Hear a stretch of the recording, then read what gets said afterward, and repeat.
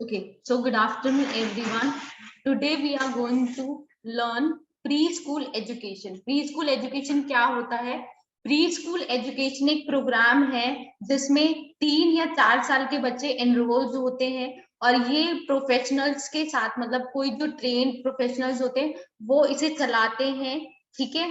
और इसमें हम बच्चों को लर्निंग बाय डूइंग, खेल खेल में पढ़ना सिखाते हैं, ठीक है।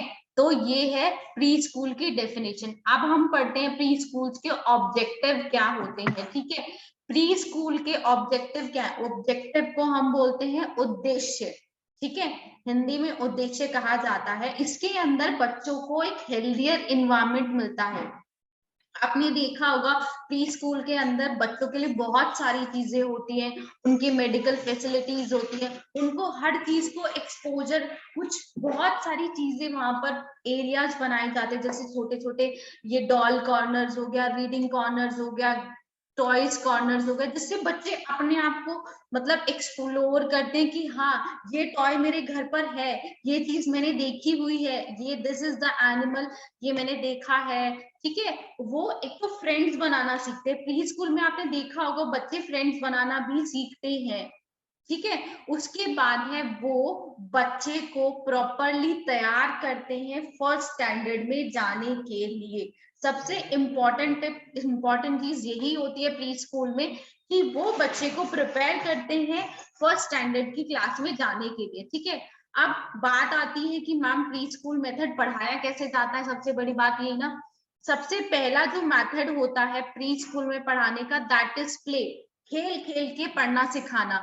आपने देखा होगा छोटे बच्चों को कुछ भी एक्टिविटीज हम जो करवाते हैं वो हम खेलने, जैसे आपने अल्फाबेट्स पढ़ाया, आप सबसे पहले एक स्टोरी सुनाते हो बच्चे को, ठीक है। बच्चे उससे इंटरेक्ट करते हैं कि मैम ने अच्छा ये चीज बताया, दिस इज द एप्पल, मैंने भी एप्पल देखा है। ए से तो बहुत सारे अल्फाबेट्स होते हैं, तो बच्चे बताते हैं। इवन आप जब फ्लैश कार्ड्स बनाते हो तो बच्चे उससे कनेक्ट करते हैं, सोचते हैं हाँ ये चीज तो मैंने भी देखी है, तो वो अपने एक्सपीरियंस शेयर करते हैं, ठीक है। उसके बाद है वो इंटरेक्ट करते हैं दूसरे चिल्ड्रंस के साथ। जो बच्चा घर में अकेला रहता है वो प्री स्कूल में जाकर एक दूसरे के साथ बैठते हैं, उनके जो लाइक्स एंड डिसलाइक, जो भी उनकी पसंद नापसंद अपने बारे में बताते हैं। कई बार आपने खुद ने देखा होगा, इवन इस एज में भी कोई चीज नहीं आती तो हम साथ वाले बंदे से सीखते हैं कि ये कर रहा है तो मैं भी कर सकता हूँ। तो बच्चे अपने जो भी चीजें हैं वो चीज सीखते हैं, ठीक है। उसके बाद लर्निंग बाय डूइंग, करके सीखना।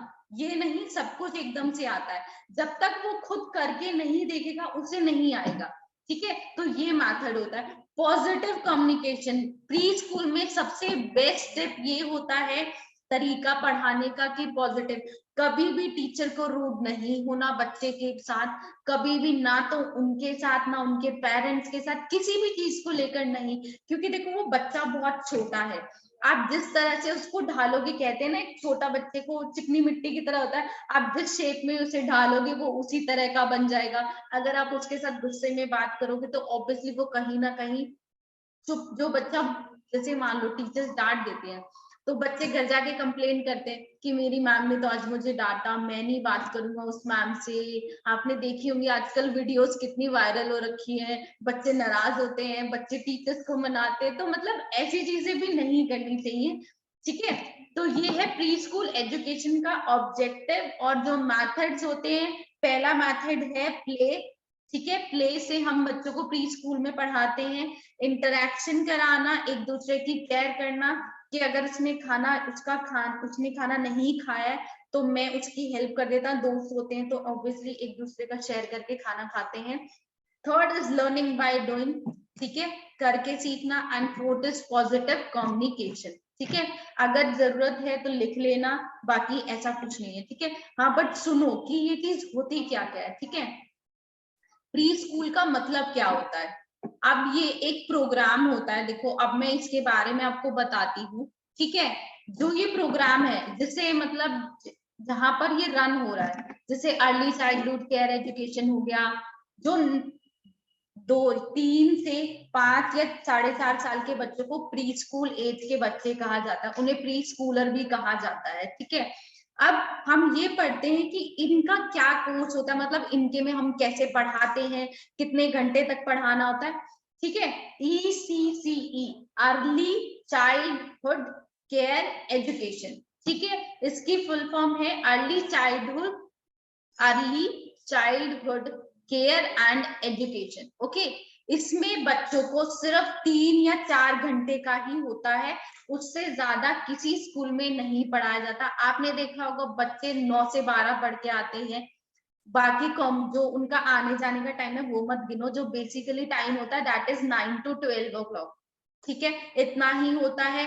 एक 35 स्क्वायर मीटर का एक कमरा होता है जिसमें 30 बच्चे खेलते हैं, उनको पूरा प्रॉपर स्पेस दिया जाता है एक दूसरे से बात करने का, खेलने का, और जो स्ट्रक्चर होता है, इंफ्रास्ट्रक्चर होता है वो बहुत अच्छा होता है। ठीक है, उसके बाद मैं ये आपको बता रही हूँ कि प्री स्कूल्स में मतलब जो होता है उसके अंदर क्या क्या चीजें होती हैं बेसिकली। ठीक है, 3 से 4 घंटे का टाइम होता है पढ़ाने का, 3 ही समझ लो, 4 तो किसी स्कूल में नहीं देखा मैंने तो अभी तक तो। ठीक है, 35 स्क्वायर मीटर का कमरा होता है, उससे ज्यादा भी हो सकता है, ये तो मैं अमाउंट एक तरीका बता रही हूँ, डिजिट बता रही कि इतने तक होते हैं। 30 बच्चे होते हैं। ठीक है, आजकल तो 30 भी नहीं होते, 25 तो बस इतने ही होते हैं, उससे ज्यादा नहीं होते हैं। ठीक है, बच्चों को खेलने के लिए प्रॉपर इंफ्रास्ट्रक्चर होता है, प्रॉपर बोर्ड्स बने होते हैं, टॉयज बने होते हैं उनकी वॉल्स पे, इवन जो वो डेस्क पे बैठते हैं वो भी टॉय वाले होते हैं, किसी के एप्पल शेप में बने होते हैं, इस तरह से। ठीक है, साफ सुथरा पानी अवेलेबल होता है बच्चों को। सबसे मेन चीज पेरेंट्स तो यही देखता है ना कि पानी साफ सुथरा है तभी वो स्कूल में भेजेगा। ठीक है, गर्ल्स और बॉयज के लिए सेपरेट टॉयलेट होते हैं, मतलब अलग अलग टॉयलेट्स होते हैं और वो एकदम प्रॉपर क्लीन होने चाहिए। अगर किसी बच्चे को चोट लग जाती है, कुछ भी होता है, तो इमीडिएट हेल्थ सर्विस उसे मिले, फर्स्ट एड किट्स उसे मिले। ठीक है, और वहां पर जो पढ़ाने वाला हो, ये नहीं कि ऐसे ही कोई बिना 12वीं क्लास पास करी और वो पढ़ाने लग गया, नहीं। तभी आपने देखा होगा, आप लोग में भी शायद इस जो आपने ट्राई किया होगा जॉब का भी, तो आपसे सर्टिफिकेट्स मांगे जाते हैं कि आपने ये कोर्स करा है तो आप सर्टिफिकेट्स दिखाओ। क्यों मांगे जाते हैं? क्योंकि इन चीजों के लिए ट्रेन टीचर्स चाहिए होते हैं। ठीक है, ऐसे ही किसी को नहीं रखते ये लोग। उसके बाद है बच्चों को लर्निंग मटेरियल प्रॉपर मिलता है, जो जो चीजें उन्हें चाहिए होती है वो चीज उनको मिलती है। ठीक है, और उसके लिए एनकरेज करते हैं बच्चों को कि आप एक्टिविटीज करो, उनको हर चीजों के लिए एनकरेज किया जाता है, अप्रिशिएट किया जाता है। कुछ भी करते हैं तो उनको रिवॉर्ड्स दिए जाते हैं, पनिशमेंट नहीं दी जाती, रिवॉर्ड्स ही मिलते हैं, पनिशमेंट ऐसे नहीं देते। ठीक है, तो ये है अर्ली चाइल्डहुड केयर एजुकेशन, या फिर एक प्री स्कूल कह दो, कि इसके ऑब्जेक्टिव क्या होते हैं, क्या क्या इसके अंदर तरीके से पढ़ाया जाता है, एंड कौन कौन सी फैसिलिटीज इसमें मिलती है। तो ये चीज आपको समझ में आई? कोई डाउट है या नहीं? बताओ मुझे, बताओ, बता दो मुझे, कुछ नहीं बोलना क्या? आजकल शांत होना पसंद हो गया है? मेरी मेरी डांट का इतना असर हो गया? चलो, अब मैं ना आपको एक चीज बताती हूँ। अब हमने ये तो पढ़ लिया कि प्री स्कूल में बच्चे ऐसे होते हैं, ऐसे होते हैं। आज हम इस चीज के बारे में भी पढ़ते हैं, स्पेशल नीड के बारे में। आपने सुना है? कौन होते हैं ये बच्चे? किसी को कोई आइडिया है? स्पेशल चाइल्ड, जिन्हें हम कहते हैं स्पेशल चाइल्ड, किसी को कोई आइडिया है? ऑटिस्टिक जो होते हैं या स्लो इन लर्निंग होते हैं, बिल्कुल their behavior is totally different from the class. बिल्कुल। और किसी ने देखे ऐसे चाइल्ड, या किसी किसी के भी आस पड़ोस में या कहीं भी देखा हो ऐसे बच्चों को? Ma'am abnormal child also called be special. हाँ बिल्कुल। मैम जो बच्चे जो फिजिकली, मैम जैसे किसी की नोज फ्लैट रहती है, दैट इज डाउन सिंड्रोम। किसकी नोज? वो रुक जाओ, वेट अ मिनट, एक मिनट रुको, अब बताती हूँ। जिसकी नोज फ्लैट रहती है उसको डाउन सिंड्रोम होता है। वो कुछ क्रोमोसोम की प्रॉब्लम की वजह से होता है, या फिर कुछ उनके जो पेरेंट्स होते हैं उनका कुछ मेडिकल हिस्ट्री रहती है, जैसे डायबिटीज हो गया, कुछ ऐसा होता है, या फिर वो अल्कोहल कंज्यूम करते हैं, जिस वजह से उनकी जो नोज होती है वो फ्लैट होती है। ठीक है, बहुत सारे तरीके के हैं, मैं आपको बताऊंगी। एक बुक है चाइल्ड केयर एंड हेल्थ वाली, जो आपकी बुक है, उसमें भी ये सब चीजों के बारे में है, बहुत चीजें हैं। तो आज मैं आपको बेसिकली ये बताऊंगी कि स्पेशल नीड्स के बच्चे कौन कौन, मतलब उनमें क्या क्या दिक्कत होती है।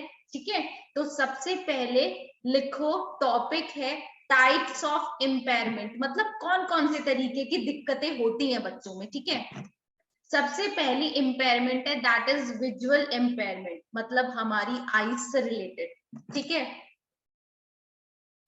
अब आपने देखा होगा छोटे छोटे बच्चों को स्पेक्स लगे हुए हैं, देखा होगा। ठीक है, उनको कोई चीज समझ नहीं, जैसे मान लो आप कुछ चीज कर, ये ऑब्जेक्ट बच्चों को बोल रहे हो कि ये देखो, दिस इज अ, क्या है ये, दिस इज द आउटलाइनर। ठीक है, तो बच्चे इसे ध्यान से देखेंगे, नॉर्मल तरीके से नहीं देखेंगे, ध्यान से देखेंगे, ऐसे गड़ा के कि मैम ये क्या दिखा रही है। ठीक है, इस तरह से इम्पेयरमेंट होती है। अपनी आंखों को फ्रिक्वेंटली, मतलब बार बार रब करना। ठीक है, उनकी आंखें लाल होना। उसके बाद है जो उनकी जो ये क्या बोलते हैं, कईयों की आईज में तिल भी होते हैं ना, आपने देखा होगा, होता है किसी किसी में होता है, जनरली सब में नहीं होता है। ठीक है, उनको जो बुक्स होती है, जैसे ये ऑब्जेक्ट देखना, तो वो अपने पास लाके देखते, दूर से उन्हें दिखाई नहीं देता। ठीक है, दूसरे बच्चों से पूछते हैं कि मैम ने जो ब्लैक बोर्ड पे लिखा है वो तुम्हें दिख रहा है, मुझे दिखा दो, मैं तुम्हारी नोटबुक से लिख लेता हूँ। कई बार ऐसा होता होगा, आपने खुद ने देखा होगा। ठीक है, और कॉन्टिन्यूसली उनके आईज से पानी निकलता है, उनका सर दर्द होता है। तो ये सारे इम्पैक्ट, ये सारे साइन, मतलब ये सारे जो लक्षण हैं, ये विजुअल इम्पेयरमेंट के, कि आंखों की जो कमी है, आईज की जो प्रॉब्लम है, उसकी वजह से ये दिक्कत होती है। ठीक है, अब मैं आपको इनकी बताती हूँ कि इसको सही करने के लिए हम क्या करेंगे। ठीक है, ओके, स्टार्ट करें। अब कॉपीज निकालो एंड वन बाय वन लिखना भी स्टार्ट करो, क्योंकि ये चीज आपकी क्लास में कोई ना कोई एक बच्चा ऐसा जरूर होगा जिसके लिए आपको ये टिप जरूर काम आएगी।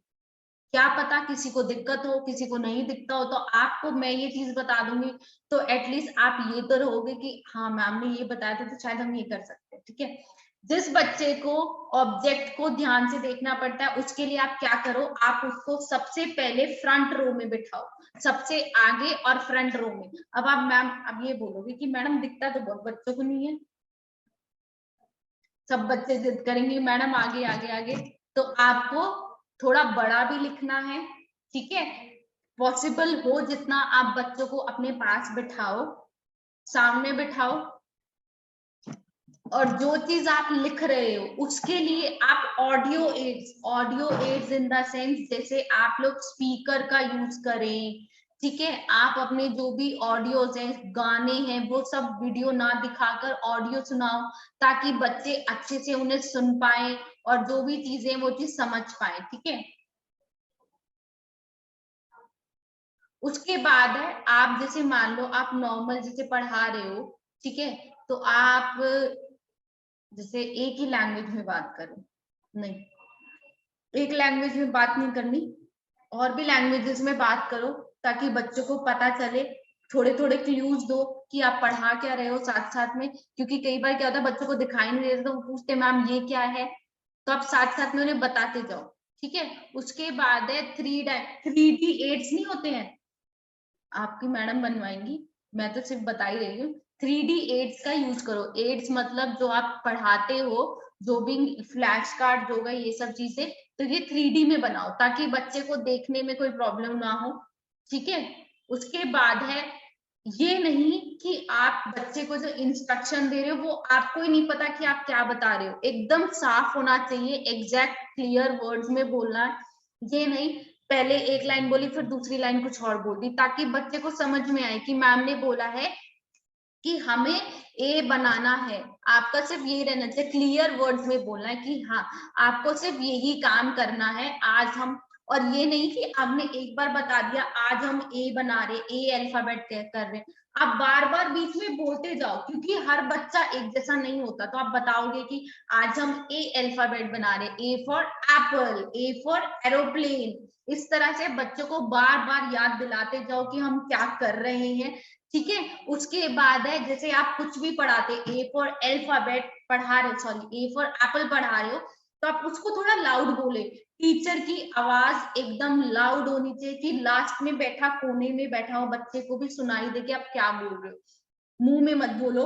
ये भी मत सोचो कि भाई हम घर में धीरे बोलते तो हम कैसे बार, आवाज तेज करनी पड़ती है, क्योंकि जब आप चिल्लाते हो आपको गुस्सा आता है, जब किसी को गुस्सा आता है तब कैसे आवाज तेज निकलती है। तो इसी तरह से सेम यही चीज अपने प्रोफेशन में लागू करो, प्रोफेशन में तेज बोलना पड़ेगा, क्योंकि बच्चों को सुनाई जब भी तो देगा ना।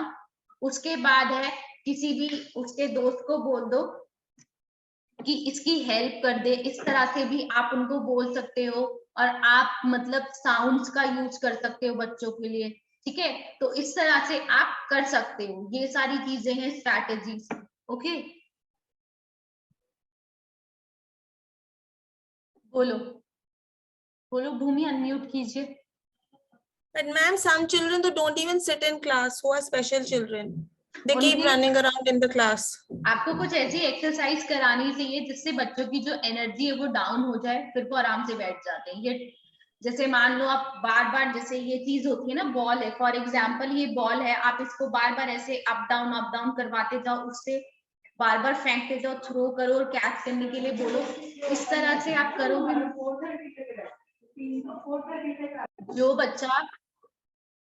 जो बच्चा हाई एनर्जी वाला होता है, जिसकी हाई एनर्जी होती है, तो उसके लिए आप कुछ ऐसी एक्सरसाइज करा सकते हो जिससे उनकी जो एनर्जी है वो एकदम पहले डाउन हो जाए। जैसे अभी मैंने आपको बताया कैच एंड थ्रो, ठीक है, बॉल्स को अप एंड डाउन करते जाओ, जिस वजह से वो बार बार उसी चीज को करेगा, तो जो उसकी एनर्जी होगी वो तो खत्म हो ही जाएगी ना, फिर आप जो काम दोगे वो आराम से बैठ के करता है। मेरी क्लास में ही था, मैंने 5 क्लास में पढ़ाया हुआ है, उसमें एक बच्चा था निमांश नाम का, वो कभी भी क्लास में टिक के नहीं बैठता था, इवन वो बोलता भी नहीं था, ठीक है, उसको ऑटिज्म था, वो अपनी फीलिंग्स भी एक्सप्रेस नहीं करता था इतना, ठीक है। तो उसका क्या था, वो हमेशा भागता दौड़ता रहता था। उसके लिए हम यही करते थे, डेली अलग अलग गेम ट्राई करते थे, बॉल फेंकना, कभी बार बार उसको एक ही चीज को लेकर आना वापस रखना, लेकर आना वापस रखना, तो वो करता था। फिर उसकी जब एनर्जी डाउन हो जाती थी, वो अपने आप जाकर सीट पे बैठ जाता था, फिर उसको नोटबुक लेकर आते थे, ठीक है, नोटबुक में उसको काम दिया जाता था, देन आफ्टर वो काम करता था। उसके बाद आप उससे पूछोगे ना निमांश वेयर इज ए, वो अपने आप ब्लैक बोर्ड पे ढूंढ के बताता है, ए बोलता नहीं था लेकिन वो बताता था, अपने हैंड से साइन लैंग्वेज से बताता था कि मैम दिस इज द ए। तो ये तरीके, कोई स्पेशल चिल्ड्रन होते हैं ना who need only personal attention. हाँ वो बिल्कुल, they just need कि one to one interaction हो। बिल्कुल। आपको ये लगता होगा कि सब बच्चे पढ़े लिखे मिलेंगे, नहीं, और आजकल स्कूल्स में हो गया है कि स्पेशल चाइल्ड अब हर स्कूल्स में नॉर्मल हो गए हैं। आपने देखा ही होगा, इनके लिए अब कोई अलग से स्कूल्स नहीं होते, नॉर्मल बच्चों के साथ पढ़ते हैं। तो आप लोगों को भी आना चाहिए इनको पढ़ाना इनके जैसा, ठीक है। कोई भी दिक्कत हो तो ताकि आपको समझ में तो आए कि आप क्या कर रहे हो, उनको बता सको, आपको चीजें समझ में, एक बहुत सारे हैं, आप लोग खुद सोचोगे, अपने आसपास देखते होगे तो बहुत सारे एग्जाम्पल्स मिल जाएंगे, ठीक है। और किसी को कोई चीज इस चीज में डाउट, विजुअल इम्पेयरमेंट समझ में आ गया, अनम्यूट करके बोल सकते हो, you can unmute yourself and पूछ लो जो पूछना है। शीला आपको समझ में आया? मैम ये जो इस तरीके के जो बच्चे होते हैं वो स्पेशल चाइल्ड में आते हैं, जैसे कि किसी को आंख वीक है और किसी की ज्यादा हाई एनर्जी है और किसी की नोज फ्लैट है, तो इस तरीके के बच्चे जो स्पेशल चिल्ड्रन में आते हैं। यस, बिल्कुल जी। देखो पूरी बॉडी में किसी, देखो आपने देखा होगा जिसको आईज मतलब एक आई से नहीं दिखता है, तो उसके लिए कैटेगरीज भी बनी हुई है। इवन गवर्नमेंट जॉब में वो जो अप्लाई करते हैं उनको अलग से कोटा मिला जाता है। तो भाई उनका कुछ होगा जब तो उनको देते हैं ना गवर्नमेंट। तो इसलिए इन लोगों को, बट ये चीजें ये नहीं कि आपको इन बच्चों से घबराना है। आप लोग खुद अपना एफर्ट्स लगाओ, चीजें सोचो कैसे आप इन बच्चों को अपनी लाइफ में एक ऐसा बच्चा जरूर पढ़ाना कि जिससे आपको सीखने को बहुत कुछ मिल जाए। होता है क्योंकि स्पेशल टाइप्स को पढ़ाना बहुत अच्छा, मतलब नॉर्मल बच्चे को हर कोई टीचर पढ़ा सकती है, कोई भी पढ़ा सकता है चाहे डांट के मार के, लेकिन एक स्पेशल चाइल्ड को पढ़ाने के लिए टीचर की जरूरत बहुत पड़ती है, स्पेशल टीचर्स की। तो इसीलिए आपने देखा होगा आजकल सब लोग स्पेशल वाला जो सब्जेक्ट है वो ज्यादा चूज करते हैं नॉर्मल सब्जेक्ट्स की जगह। तो वो चीज आप पे डिपेंड करती है कि आप कैसे सोचते हो। ठीक है, अब आप सभी को मैंने विजुअल इम्पेयरमेंट के बारे में बता दिया कि जो आईज से जो दिक्कत है वो चीज क्या है। ममता समझ में आया? नंदिता समझ में आ रहा है? सबिता समझ में आया? मुंडी ला सकते हो। ओके, समझ में आ रहा है। ठीक है, वेरी गुड। अब हम चलते हैं, नेक्स्ट इज हियरिंग इम्पेयरमेंट, जो कानों से रिलेटेड होती, ईयर्स से रिलेटेड। हाँ जी बोलिए दीपिका जी। मैम कौन सी बुक्स पढ़ा रहे हो आप? ये कोई बुक में नहीं है, ये मेरी बुक है। नहीं है ना? ये मेरी बुक है। ठीक है, फिर तो समझ में आ गया। स्क्रीनशॉट क्लास खत्म होने के बाद आपको ग्रुप में भेज दिए जाएंगे। ठीक है मैम मुझे एक क्वेश्चन पूछना है। पूछो मैम जी। ये जो आपने, हाँ मैम ये जो आपने प्री स्कूल एजुकेशन के बारे में मैम पढ़ाया आज बच्चों के बारे में, तो मैम मुझे ना एक चीज पूछनी है कि जैसे कि इससे रिलेटेड आप जैसे कि कोई क्वेश्चन देते हैं हमें, तो वो किस टाइप के क्वेश्चन होंगे? ऑप्शंस में होते हैं या फिर पैराग्राफ में लिखने पड़ते हैं मैम क्वेश्चन? थोड़ा देखो, मैंने अभी आपको जो पढ़ाया है ये सिर्फ एक जनरल नॉलेज की चीजें बताई है। बेसिकली ऐसे क्वेश्चंस आपके ऑब्जेक्टिव टाइप आते हैं। हाँ प्री स्कूल में कितनी एज तक के बच्चे एनरोल किए जाते हैं, कौन कौन से मैथड्स होते हैं। मैथड तो obviously primary pre school time ages में हम हमेशा learning method, learning by doing, play way method, यही मैथड्स यूज करते हैं। तो इसमें ऐसा कुछ नहीं है। ये चीजें जब आपको क्वेश्चंस हिंदी एंड इंग्लिश दोनों में जब ट्रांसलेट होते हैं तो आपको खुद को मतलब समझ में आ जाता है। ठीक है, तो आप इजीली कर पाओगे। आगे बढ़े अब हम, जी या मैम। बीच में रुक जाए? नहीं, अभी नहीं रुकेंगे। ऐसा कीजिए, इस मीटिंग को दोबारा ज्वाइन करो। Okay, okay. अब हम स्टार्ट करते हैं हियरिंग इम्पेयरमेंट। हियरिंग इम्पेयरमेंट मतलब कानों से रिलेटेड जो प्रॉब्लम होती है उसके बारे में। ठीक है, इसमें क्या होता है कि बच्चों को सुनाई नहीं देता है जो चीज बोली जा रही है। वो क्या करते हैं, जैसे आप नॉर्मल बच्चा एक चीजें सुनता है, वो अपना जो ये ईयर होता है वो ऐसे करते हैं कि मैम की जो बात है वो प्रॉपर सुनाई दे। ठीक है, इस तरह से करते, बार बार अपने कान को ऐसे करना होता है, रब करते रहते हैं। ठीक है, बार बार कंप्लेन करते हैं कि मैम जो आपने बोला वो हमें सुनाई नहीं दिया है। गलतियां करते हैं जब मैम डिक्टेशन देती है तब। ठीक है, और जो आप चीजें लिखते हो वो जो मतलब आप बोलते हो वो चीज उन्हें समझ नहीं आती, तो इस वजह से जो वो बात बोलते हैं उनकी जो वो चीज बताते हैं वो चीज भी गलत बोलते हैं। ठीक है, स्पीच डिफिकल्टी होती है। उसके बाद है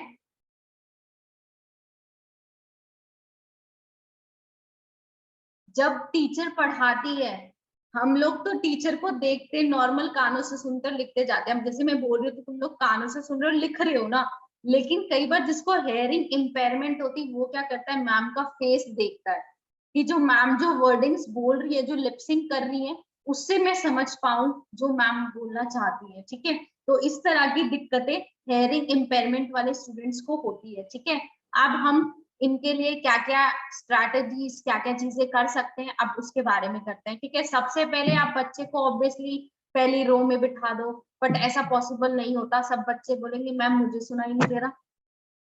तो इसके लिए आप ऐसा करना, कुछ ऐसी एक्टिविटीज अरेंज करना जिससे बच्चों को उनकी जो लिसनिंग है वो इम्प्रूव हो। ठीक है, उसके बाद है सेम वही चीज, साफ बोलो, क्लियर बोलो और जोर से बोलो कि बच्चे के कानों तक जाए आवाज, ठीक है।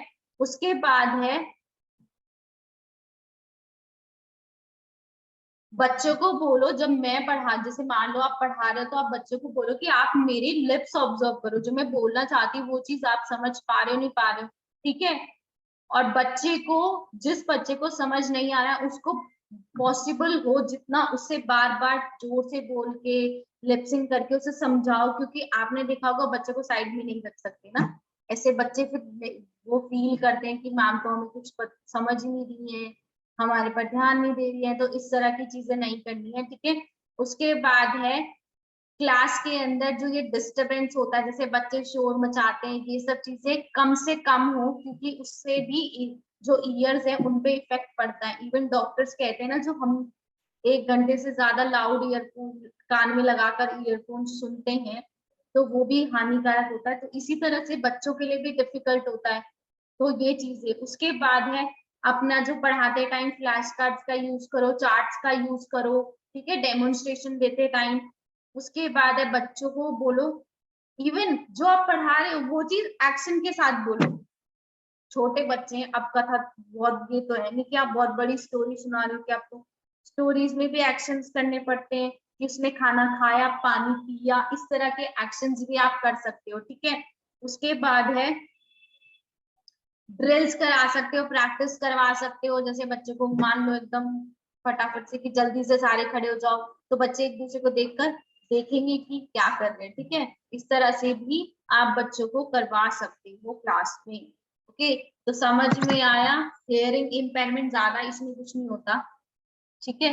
किसी को कोई डाउट, किसी किसी को कोई डाउट है इन चीज में कि कौन कौन सी डिसेबिलिटीज होती हैं? आज मैंने आपको प्री स्कूल के बारे में बताया कि प्री स्कूल क्या होता है, एंड सेकेंड टॉपिक आज हमने कवर किया स्पेशल चाइल्ड। स्पेशल चाइल्ड एक क्लास में कवर होने वाला टॉपिक नहीं है, बहुत सारी डिजीज होती हैं, ठीक है, जिसमें आप देख भी नहीं, मतलब आपको कभी पता भी नहीं होंगी, डिसलेक्सिया, डिस्ग्राफिया, ये चीज तो आपने सुनी होंगी, स्टैमरिंग एंड स्टटरिंग, स्टैमरिंग कुतलाना, हकलाना, डिसलेक्सिया, डिस्ग्राफिया, किसी को पढ़ने से दिक्कत होती है, किसी को वर्ड्स में लिखने से दिक्कत होती है, जैसे जैसे हम हरियाणा से, तो हमारा स और श में अंतर होता है, बट वो तो हमारा खुद का है। लेकिन कई बार क्या होता है, जो तारे जमीन पर मूवी है उसमें देखा होगा, उसके वर्ड्स में दिक्कत आती, वो कुछ और वर्ड्स बना देता था। तो बहुत सारी तरीके की डिजीज होती है जो आपको पता नहीं। इवन एक डिजीज में आपको बताती हूँ, क्रिप्टोमेनिया। क्रिप्टोमेनिया एक डिजीज है जो एक तरह से डिसऑर्डर भी है, ठीक है, एंजाइटी समझ लो, कुछ भी समझ लो। इसमें क्या होता है, जिसको क्रिप्टोमेनिया होता है उसको चोरी करने की आदत होती है, चाहे वो एक छोटा सा छिलका ही क्यों ना हो, उसे उसे चोरी करने से जो सुकून मिलता है, इसलिए वो चोरी करता है, चाहे वो टेबल कवर हो, चाहे एक चम्मच ही क्यों ना हो प्लास्टिक की। वो तो बहुत सारी डिजीज है जिसके बारे में आपने कभी सुना भी नहीं होगा, तो ये टॉपिक एक क्लास में तो कवर होने वाला नहीं है, ठीक है। तो आज आपको मैंने ये चीज सिखाई है, pre school education and special child के 2 topics, hearing impairment and visual impairment, ठीक है। तो आपको यहाँ तक समझ में आया?